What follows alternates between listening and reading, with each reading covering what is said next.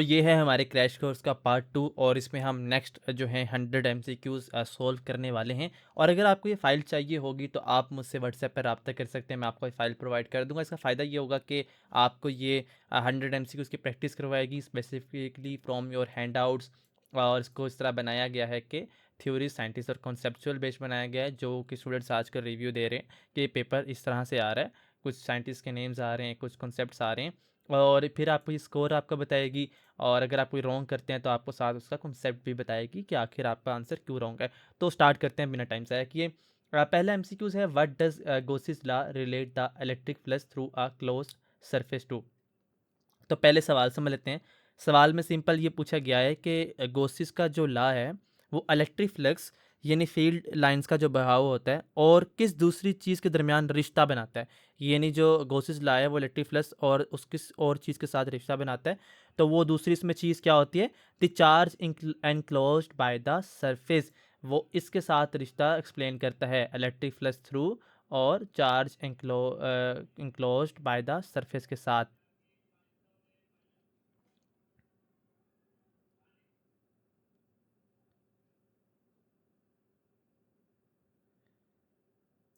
हमारा next MCQs आ जाता है जी। Inside the hollow conducting sphere with the charge placed on it, what is the value of the electric field. सवाल में पूछा ये जा रहा है कि अगर आपके पास एक अंदर से खोखला यानी होलो मेटल का गोला आप समझ सकते हैं है और उसकी सतह पर चार्ज मौजूद है, यानी एक होलो अंदर से मेटल का गोला है और उसकी चार्ज जो सतह पर चार्ज मौजूद है उसके आउटर सरफेस पे। तो उस गोले के बिल्कुल अंदर वाले हिस्से में इलेक्ट्रिक फील्ड की वैल्यू क्या होगी? तो यहाँ पर इसका अगर आंसर मैं आपको बताऊं तो ज़ीरो एंड एवरीवेयर इनसाइड होगा। और इसका कॉन्सेप्ट ये है, ये बहुत इंपॉर्टेंट रूल है इलेक्ट्रोस्टैटिक का। जब हम किसी कंडक्टर जैसे मेटल को चार्ज देते हैं तो उसके अंदर के इलेक्ट्रॉन्स एक दूसरे को रिपेल करते हैं। वो एक दूसरे से मैक्सिमम दूर जाने की कोशिश में कंडक्टर की सिर्फ आउटर सरफेस, बाहरी सतह पर जमा हो जाते हैं और अंदर स्पेस में सॉरी बिल्कुल चार्ज फ्री हो जाती है, क्योंकि सारे जो इलेक्ट्रॉन्स है वो एक दूसरे से लड़ाई करते हुए बाहर सरफेस पे आ गए हैं। तो अंदर जो स्पेस है वो बिल्कुल चार्ज फ्री हो जाती है। और हमेशा ये चीज़ याद रखें कि जहाँ चार्ज नहीं वहाँ इलेक्ट्रिक फील्ड भी ज़ीरो होती है। तो नेक्स्ट हम चलते हैं। अब नेक्स्ट एमसीक्यू उसमें क्या है कि if the distance are between two point charges is doubled, how does the electrostatic potential energy U between them change. तो वो कहते हैं क्वेश्चन में, बड़ा सिंपल है कि दो चार्जेस के दरमियान एक फासला हमने आर रखा था। अब मैं उस फासले आर को डबल कर देता हूँ तो उनके दरमियान जो मौजूद छुपी हुई एनर्जी यानी पोटेंशियल एनर्जी पर क्या फ़र्क पड़ेगा, वो कम होगी या ज़्यादा होगी। तो हम इसका आंसर देखते हैं। उसका आंसर है इट रिड्यूस्ड बाय हाल्फ। और इसकी रीज़न क्या है? जैसे फ़ोर्स और पोटेंशियल एनर्जी के फ़ॉर्मूलाज़ में थोड़ा फ़र्क है। जो फ़ोर्स डिस्टेंस का स्क्वायर से कम होती है, यानी फ़ोर्स जो है ना वो कम होती है, इन्वर्सली प्रोपोर्शनल होती है with the distance between them. Charges के दरमियान डिस्टेंस होता है उससे इन्वर्सली प्रोपोर्शनल होती है उसके स्क्वायर से, डिस्टेंस के। पोटेंशियल एनर्जी डायरेक्टली डिस्टेंस के इन्वर्सली प्रोपोर्शनल होती है। और ये कैसे पता चला? हमें इसके फॉर्मूले से पता चला। दैट से हमने इसका आंसर बता दिया कि इट रिड्यूस बाय हाफ। इसका मतलब है कि अगर आप डिस्टेंस को दो गुना करेंगे तो एनर्जी एग्जैक्ट आधी रह जाएगी, कोई स्केयर का चक्कर नहीं इसमें। जैसे दो मैग्नेट्स को एक दूसरे से थोड़ा दूर खींचें तो उनकी चिपकने या दूर भागने की जो छुपी छुपी हुई ताकत होती है, पोटेंशियल एनर्जी बेसिकली, वो डिस्टेंस बढ़ने के साथ साथ कमज़ोर होती जाती है। तो ये इसका बेसिक कॉन्सेप्ट था कि वो हाफ हो जाती है। अगला जी हमारे पास क्वेश्चन है, what is the direction of electric field lines just outside the surface of a charge conductor.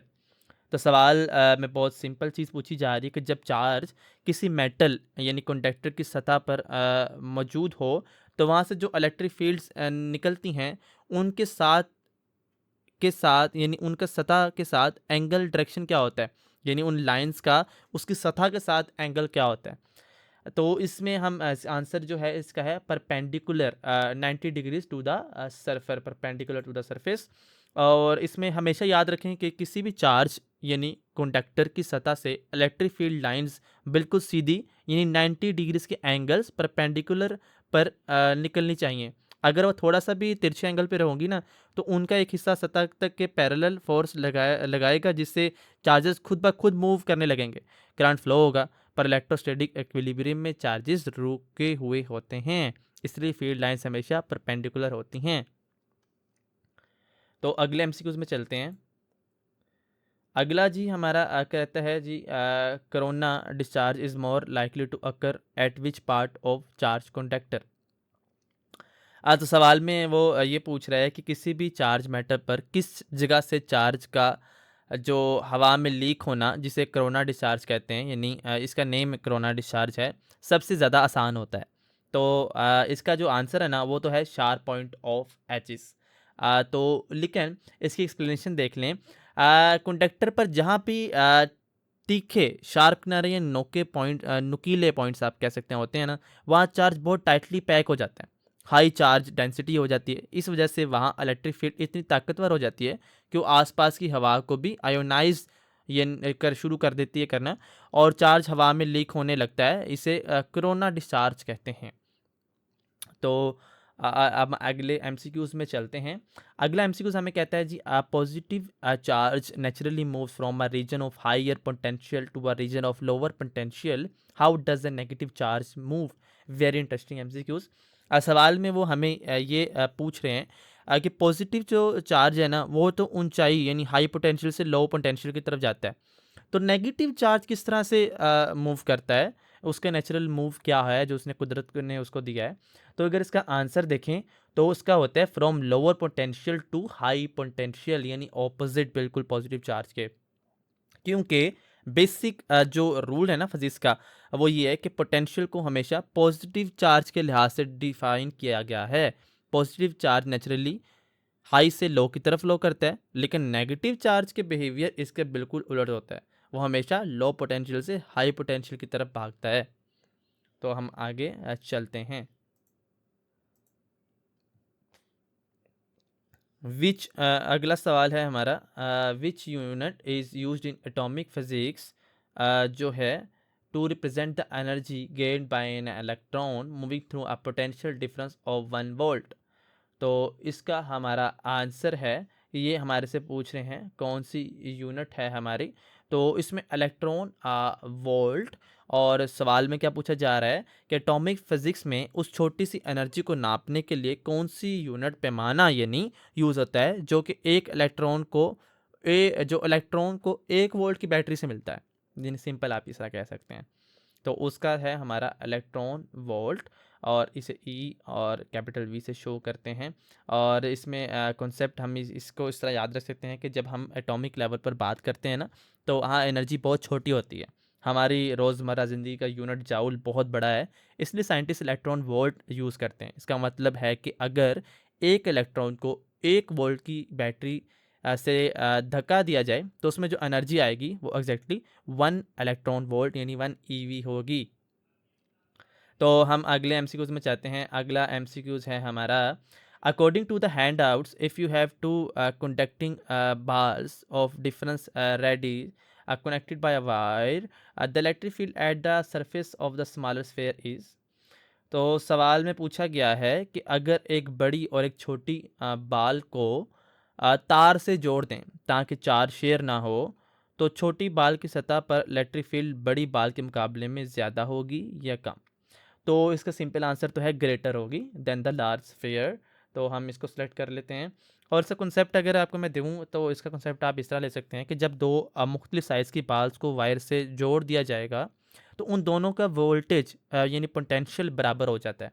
लेकिन चार्ज डिवाइड होने की वजह से छोटे स्फेयर के पास एरिया कम होने की वजह से चार्ज ज़्यादा टाइटली पैक यानी डेंस हो जाता है, और जहाँ चार्ज डेंस होगा वहाँ इलेक्ट्रिक फील्ड नेचुरली ज़्यादा ताकतवर ग्रेटर होगी। तो इसलिए हमारा जो आंसर है greater than the largest sphere होगा। ये काफ़ी कंफ्यूजिंग होता है कि छोटे के पास कैसे होगा, तो इसका कॉन्सेप्ट समझना ज़रूरी है। तो अगले एमसीक्यूज में जाते हैं। The difference between the electric field just outside the and just inside the charge surface it is directly proportional to. तो वो पूछ रहा है कि किसी चार्ज सरफेस के बिल्कुल अंदर और बाहर की इलेक्ट्रिक फील्ड के दरमियान जो अचानक फ़र्क जंप आता है, वो डायरेक्ट किस चीज़ पर डिपेंड करता है। तो वो चार्ज डेंसिटी पर, जो सरफेस की चार्ज डेंसिटी होती है ना, उस पर डिपेंड करता है। क्योंकि गॉसेस लॉ की एक बड़ी एप्लीकेशन ये है कि जब हम किसी सतह के आर पार देखते हैं तो इलेक्ट्रिक फील्ड में अचानक जो तब्दीली या जंप आती है वो इस बात पर डिपेंड करती है कि उस सतह पर कितना चार्ज जमा हुआ है। सतह के एरिया पर मौजूद चार्ज को सरफेस चार्ज डेंसिटी हम कहते हैं। आपने ये याद रख लेना है। हम अगले एमसीक्यूज में चलते हैं। तो हमें वो कहता है जी, what is the primary function of a capacitor in an electrical circuit. तो इसको समझना ही बड़ा आसान है। वो हमसे सिंपली पूछ रहा है कि किसी भी इलेक्ट्रिक सर्किट में कैपेसिटर लगाने का असल मकसद क्या है। तो उसका असल मकसद है टू स्टोर इलेक्ट्रिकल एनर्जी। और किस काम आता है, ऐसे कॉन्सेप्ट भी लेते जाएं कि कैपेसिटर किसी भी सर्किट में एक छोटे से रिजर्वॉयर की तरह काम करता है, डैम की तरह काम करता है। इसका बेसिक फंक्शन बैटरी से इलेक्ट्रिक चार्ज और एनर्जी को अपनी प्लेट्स में जमा करना होता है, और जब सर्किट को ज़रूरत हो तो उसे फ़ौरन डिस्चार्ज कर देना होता है। तो जैसे कि पंखों में कैपेसिटर लगते हैं तो वो भी यही काम करते हैं। अब हम नेक्स्ट चलते हैं। और हमारा जो है जो हमारा एक स्किप करके हम तो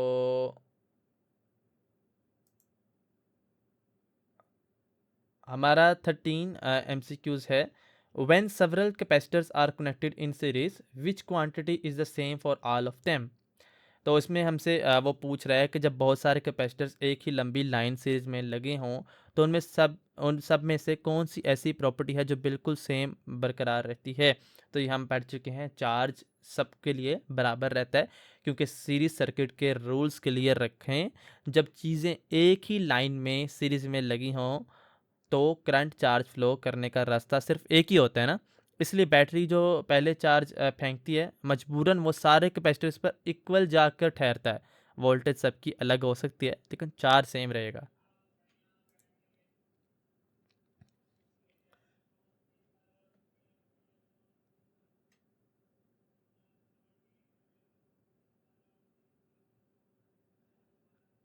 अगला हमारा एमसीक्यूज है कि अगर 4 माइक्रोफैरड के दो कैपेसिटर आमने सामने पैरेलल लगाए जाएं तो उनकी टोटल कंबाइंड ताकत क्या होगी।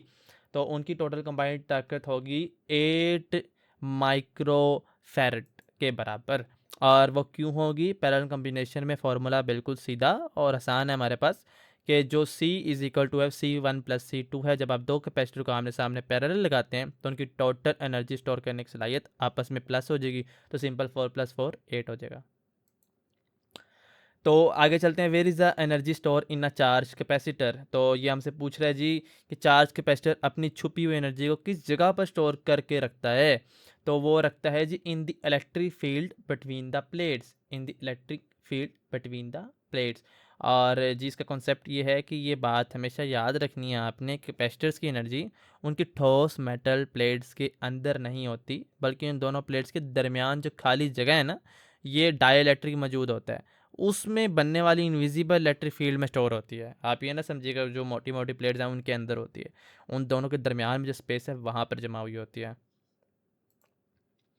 तो अगला हमारे पास है question, electric current is defined as the rate of flow of. तो इसका आंसर हमारे पास आ जाता है जी इलेक्ट्रिक चार्ज हमारे पास। और क्यों जी? बहुत सिंपल डेफिनेशन है इसकी। किसी वायर में से वक्त के गुजरने के साथ साथ कितना इलेक्ट्रिक चार्ज यानी इलेक्ट्रॉन्स आगे गुजर रहे हैं, इस बहने के बिहेवियर को हम इलेक्ट्रिक करंट कहते हैं। इसका फॉर्मूला आप सब जानते हैं, I = Q/T होता है। अगले एमसीक्यूज में हम आए तो what happens to the drift velocity of electrons in a wire if the current density increases assuming number density of electrons is constant. तो ये बड़ा इम्पोर्टेंट है। सबसे पहले तो ये इंक्रीज़ होता है, अब क्यों होता है और इसमें पूछा क्या जा रहा है। तो इसमें वो पूछ रहे हैं अगर तार की मोटाई सेम रहे लेकिन करंट बढ़ जाए, यानी करंट डेंसिटी इंक्रीज हो, तो अंदर मौजूद इलेक्ट्रॉन्स के भागने की स्पीड, यानी जिसे हम ड्रिफ्ट वेलोसिटी कह रहे हैं, पर क्या असर होगा। आई थिंक सो आपको सवाल समझ में आ गया होगा। तो हमने बता दिया कि वो बढ़ जाएगी। तो करंट डेंसिटी का मतलब है कि एक महसूस छोटी सी जगह से कितना ज़्यादा करंट गुजर रहा है। अगर तार के अंदर इलेक्ट्रॉन्स की तादाद फिक्स है लेकिन करंट डेंसिटी बढ़ गई है, इसका साफ मतलब यह है कि उनके इलेक्ट्रॉन्स को उस जगह से अब पहले से ज़्यादा तेज़ी से भागना पड़ रहा है, जिसे हम ड्रिफ्ट वेलोसिटी बढ़ना भी कहते हैं।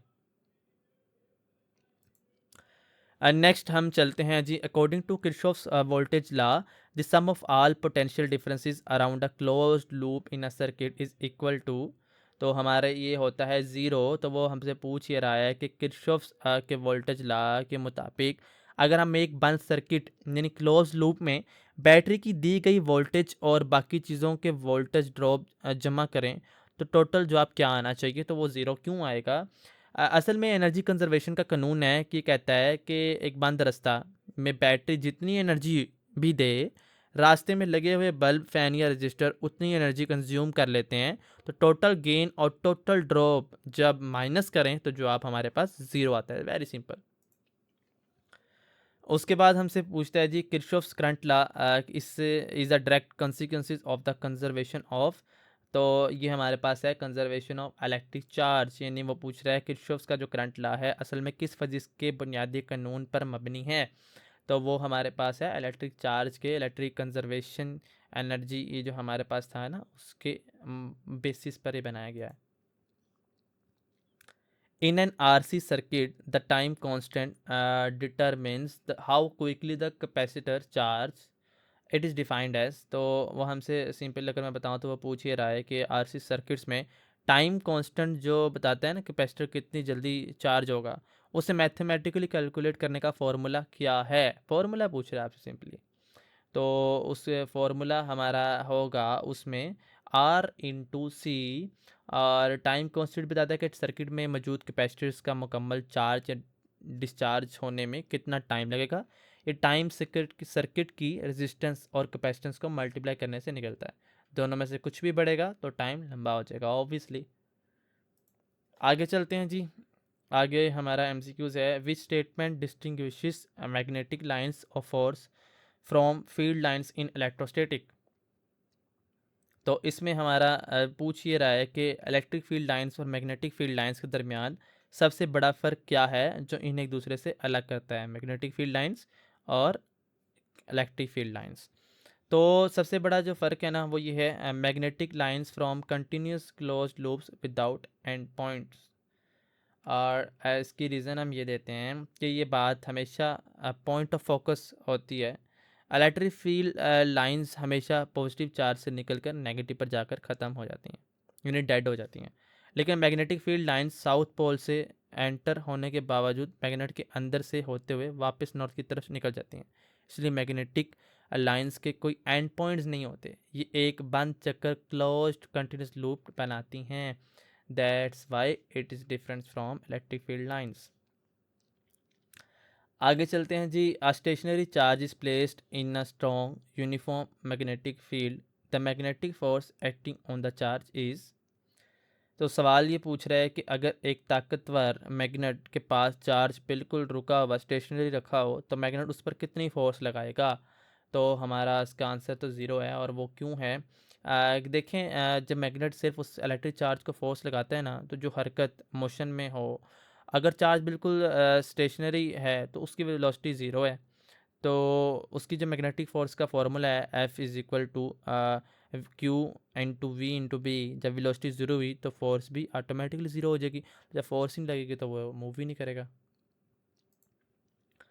To find the direction of the magnetic force on a moving positive charge which rule is commonly used. तो वो हमसे पूछ ही रहा है कि आप बताएं कि हरकत करते हुए चार्ज पर मैग्नेटिक फोर्स की तरफ से डायरेक्शन लग रही है, ये मालूम करने के लिए हम नॉर्मली कौन सा रूल इस्तेमाल करते हैं? तो ये हम राइट हैंड रूल इस्तेमाल करते हैं। पहले भी हम इसे पढ़ चुके हैं।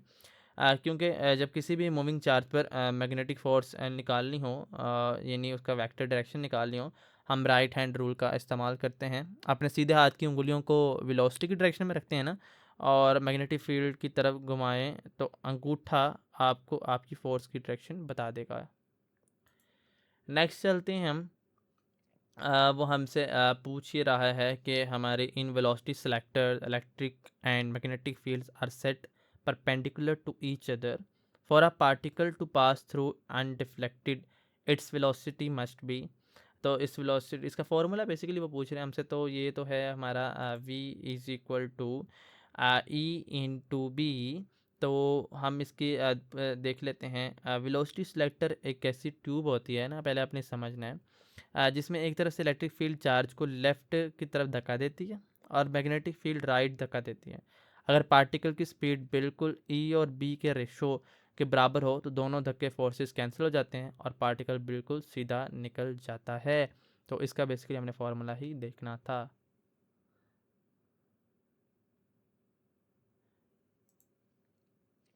अब हम अगले एमसीक्यूज में चलते हैं। What is the network done by a magnetic field on a freely moving charge particle. तो वो हमसे पूछ रहा है कि एक मैग्नेटिक फील्ड आज़ाद घूमते हुए चार्ज पर कितना टोटल वर्क डाउन करती है। तो ये ना काफ़ी ट्रिकी एमसीक्यूज है, इसका आंसर तो हमारे पास ज़ीरो है। तो ये एमसीक्यूज समझें, काफ़ी बच्चे ना इसमें परेशान हो जाते हैं। मैग्नेटिक फील्ड हमेशा पार्टिकल के आगे बढ़ने वाली वेलोसिटी के 90 डिग्री एंगल पर फोर्स लगाती है। ये सिर्फ पार्टिकल का रास्ता बदल कर उसे गोल घुमाती है, यानी उसकी स्पीड किनेटिक एनर्जी को चेंज नहीं करती। एनर्जी चेंज नहीं हुई, इसलिए वर्क डन हमेशा ज़ीरो ही रहता है। तो ये आपने कॉन्सेप्ट को भूलना नहीं है, वर्क डन और फोर्स लगाने में फ़र्क होता है। According to Ampere's law, the integral of the magnetic field around a closed loop is proportional to। तो वो हमसे पूछ रहे हैं एम्पियर लॉ के मुताबिक किसी क्लोज लूप की टोटल मैग्नेटिक फील्ड उस रास्ते के अंदर मौजूद किस चीज़ के बराबर या प्रोपोर्शनल होती है। तो वो हमारे होती है the total current enclosed by the loop. और वो क्यों होती है, क्योंकि जो हमारा एम्पियर्स गॉसेस लॉ है ना, जो ये कहता है कि किसी भी फर्जी यानी गोल रास्ते एम्पियरियन लूप आप उसे कह सकते हैं कि इर्द गिर्द टोटल मैग्नेटिक फील्ड सिर्फ और सिर्फ इस बात पर डिपेंड करेगी कि उस लूप के बीचों बीच से टोटल करंट कितना गुजर रहा है। तो इसलिए हमारा ये आंसर है। आगे चलते हैं जी। Inside a long ideal solenoid the magnetic field is. तो एक लॉन्ग आइडियल सोलिनाइड के अंदर मैग्नेटिक फील्ड क्या होगी, तो वो होगी हमारी approximately uniform and parallel to the axis. और वो क्यों होगी जी, क्योंकि सोलिनाइड एक तार का लंबा स्प्रिंग होता है, जो आपने देखा होगा काफ़ी के अंदर भी लगा होता है। जब इसमें करंट चलाते हैं तो स्प्रिंग के अंदर जो मैग्नेटिक फील्ड बनती है ना, वो बहुत पावरफुल, हर जगह एक जैसी यूनिफॉर्म नहीं होती है और बिल्कुल सीधी पैरेलल टू एक्सिस भी होती है। तो बाहर फील्ड इस वजह से ज़ीरो हो जाती है।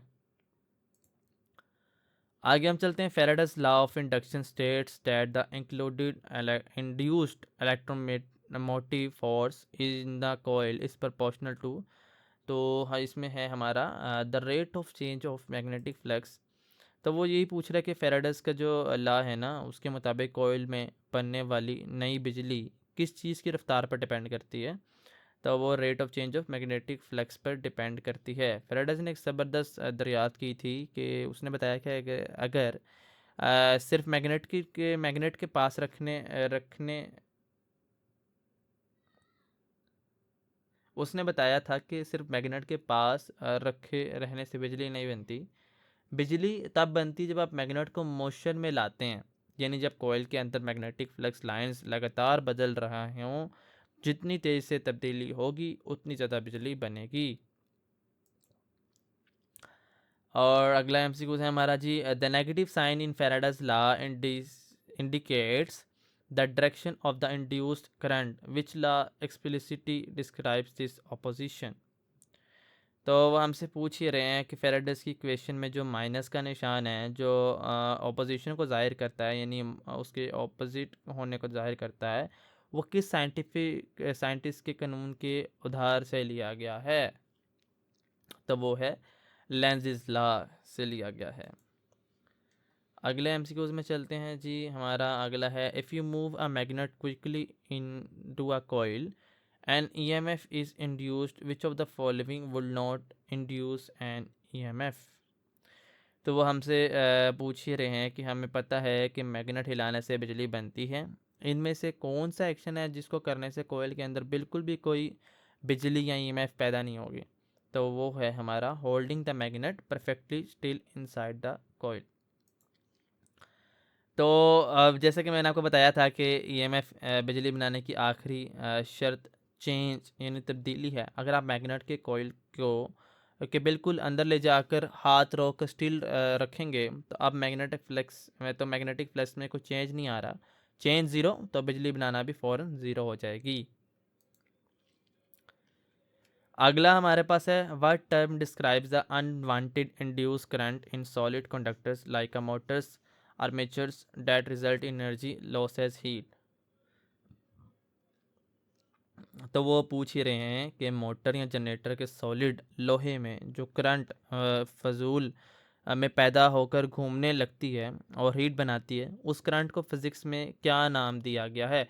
तो उसे हम कहते हैं ईडी करंट, यानी जो हमारी फजूल में घूमने लग जाती है वो ईडी करंट है जी। नेक्स्ट में चलते हैं, in an AC generator what determines the frequency of the alternative current produce. तो हमारे से पूछ ही रहा है कि एसी जनरेटर में पैदा होने वाला करंट की फ्रिक्वेंसी किस चीज़ से कंट्रोल या डिटरमिन होती है? तो वो होती है जी एंगुलर वेलोसिटी यानी रोटेशनल स्पीड ऑफ द कोयल से। और जनरेटर के अंदर एक कोयल घूम रही होती है, तो वो कोयल जितनी तेज़ी से घूमेगी, जैसे एंगुलर वेलोसिटी कहते हैं, करंट की जो मकदार है उतनी ही जल्दी जल्दी अपनी डायरेक्शन चेंज करेगी। इसलिए कोयल की रोटेशन की स्पीड ही करंट की फ्रिक्वेंसी तय करती है। For a pure sine wave alternating current, what is the average value of the current over one complete cycle? तो सवाल ये पूछ रहा है कि मुकम्मल एसी वेव जो ऊपर पॉजिटिव और नीचे नेगेटिव जाती है, कि अगर हम एक साइकिल के दौरान एवरेज मीन्स निकालें तो वो क्या निकलेगा? तो वो हमारा ज़ीरो निकलेगा। नेक्स्ट चलते हैं, what is the alternating current AC यानी use instead why is alternating current use instead of direct current यानी DC for a long distance power transmission. तो ये आपको पता होना चाहिए, ये बड़ा ही इंटरेस्टिंग क्वेश्चन है। वो यही पूछ रहे हैं कि हम जो एसी करंट है वो क्यों यूज़ करते हैं, लॉन्ग डिस्टेंस के लिए हम डीसी करंट क्यों नहीं यूज़ करते। तो इसका जो आंसर है ना, AC can be easily stepped up to high voltages by transformer to reduce power loss. तो हम पावर लॉस को बचाने के लिए एसी करंट इस्तेमाल करते हैं। पावर को बहुत दूर भेजना होना, तो तारें गर्म होकर एनर्जी वेस्ट करती हैं। इस हीट लॉस से बचाने के लिए करंट को बहुत लो रखना पड़ता है और वोल्टेज को लाखों में बढ़ाना पड़ता है। ये काम सिर्फ ट्रांसफार्मर कर सकता है ना, और ट्रांसफार्मर सिर्फ एसी करंट पर चलते हैं, डीसी पे काम ही नहीं करते, इसलिए हम एसी करंट को इस्तेमाल करते हैं। नेक्स्ट चलते हैं जी, in a purely inductive AC circuit what is the phase relationship between voltage and current. तो वो हमसे पूछ रहा है कि आप बताएं एक ऐसे एसी सर्किट में जिसमें सिर्फ और सिर्फ एक इंडक्टर यानी कॉइल लगा हो, वहाँ वोल्टेज और करंट के दरमियान आगे पीछे फेस का क्या रिलेशन होता है? तो वो होता है जी current lags voltage by 90 degree. और हम चलते हैं इस नेक्स्ट एमसीक्यूज में, विच साइंटिस्ट, आगे सवाल है, which scientist famous for unifying the electric and magnetic forces into single theory of electromagnetism in 1865। तो वो साइंटिस्ट कौन थे? हमारे जी जेम्स क्लर्क मैक्सवेल थे, और उन्होंने ही इन दोनों लॉस को जो है एक लॉ में हमें प्रपोज करके थ्योरी बना कर दे दी थी हमें बेसिकली।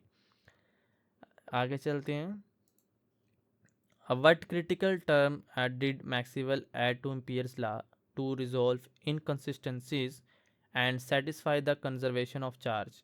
तो हमारे पास वो पूछ रहे हैं कि मैक्सवेल ने एम्पेयर को पुराने कानून में कौन सी नई जो टर्म है शामिल की, ताकि कैपेसिटर की दोनों प्लेट्स के दरमियान खाली हवा में मैग्नेटिक फील्ड का बनना समझाया जा सके।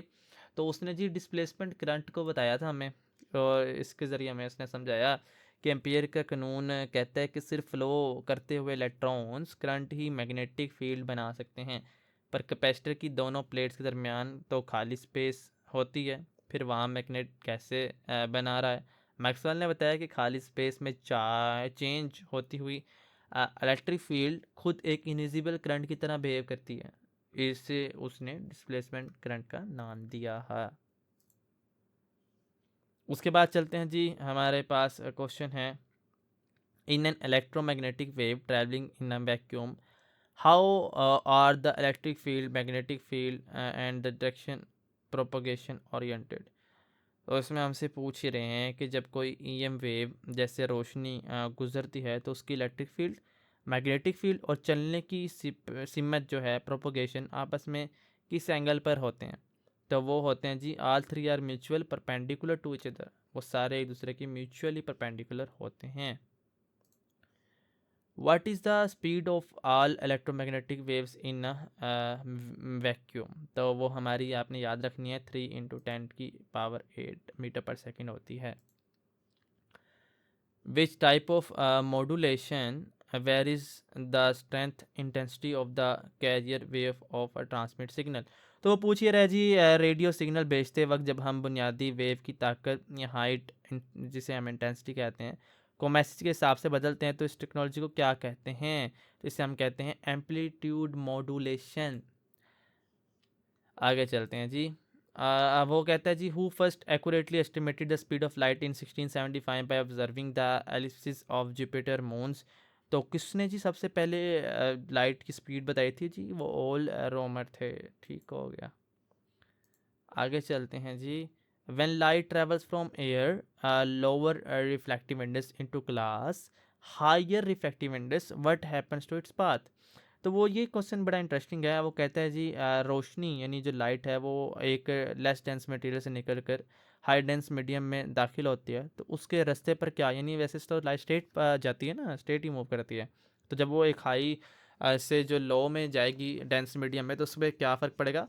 तो it bands towards the normal. तो इसका मैं आपको थोड़ा सा एक्सप्लेन कर देता हूँ। रिफ्रैक्टिव इंडेक्स का आसान मतलब है किसी चीज़ का यानी डेंसिटी या रुकावट जब रोशनी हवा से शीशा में दाखिल होती है तो उसकी स्पीड स्लो हो जाती है। स्पीड कम होने की वजह से वो रास्ते के मरकज़ यानी जो नॉर्मल लाइन हमें जिसे कहते हैं की तरफ ना थोड़ी सी झुक जाती है। आप ये समझ लें थोड़ी सी बेंड हो जाती है, ज़्यादा नहीं होती, थोड़ी सी बेंड हो जाती है। जितना ज़्यादा डेंस होगा जितना ज़्यादा लाइट होगा उतनी ज़्यादा वो जो है वो जो है बेंड हो जी। इसको आप करके भी देख सकते हैं। अगर मैं आपको दिखाऊं यहाँ पे विजुअली तो हम जो है इसको मैं करके दिखाता हूँ।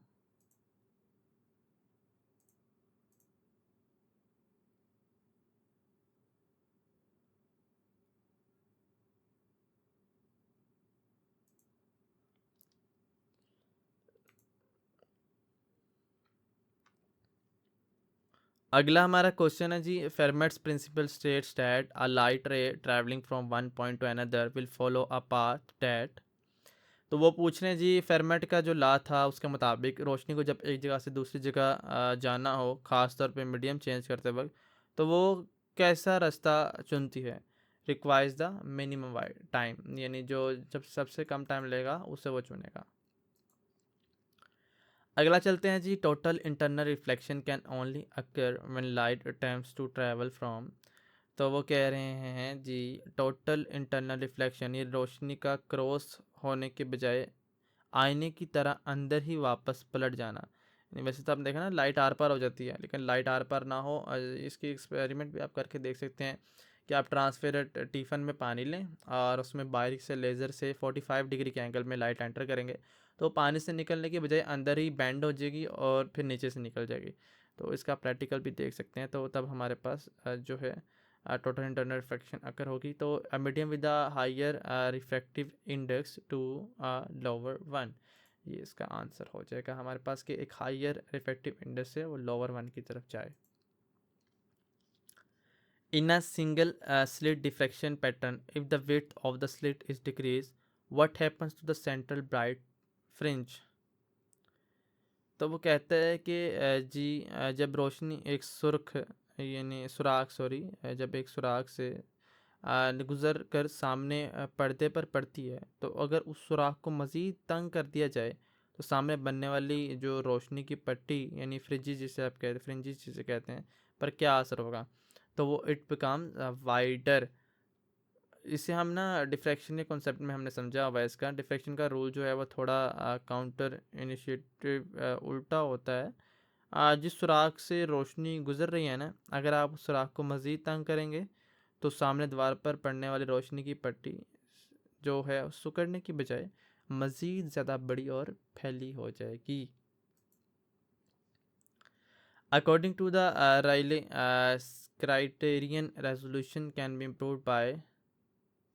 तो कहता है जी, जो राइले के कानून के मुताबिक किसी भी लेंस, कैमरे या टेलीस्कोप की रेजोल्यूशन दो चीज़ों को साफ अलग अलग दिखाना, यानी किस तरह बेहतर किया जा सकता है।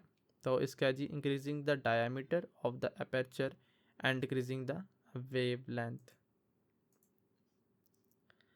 The photoelectric effect demonstrated that increasing the intensity of light below the threshold frequency has what effect on the emission of electron। तो कहता है जी, रोशनी की जो फ्रिक्वेंसी है एक ख़ास ताकत से कम हो तो क्या उस रोशनी को बहुत ज़्यादा तेज़ करने से मेटल से इलेक्ट्रॉन निकलना शुरू हो जाएंगे।